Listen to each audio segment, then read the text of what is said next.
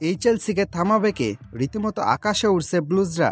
Joao Pedro এবং Enzo ফার্নান্দেজের গোলে ফুলহ্যামকে 2-0 গোলে হারিয়েছে চেলসি। খেলায় চেলসির আধিপত্য দেখার মতো ছিল।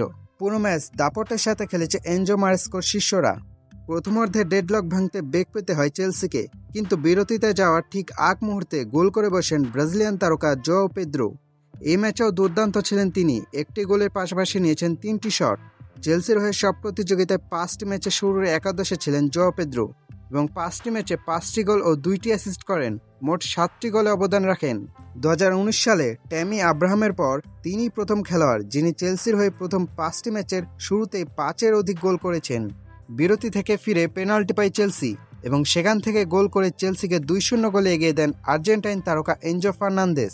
আর্জেন্টিনার এই তারকা ফুটবলার গত মৌসুমের উইফা কনফারেন্স লিগ ফাইনালের পর থেকে সমস্ত প্রতিযোগিতায় 11টি খেলায় 9টি গোলে অবদান রেখেছেন।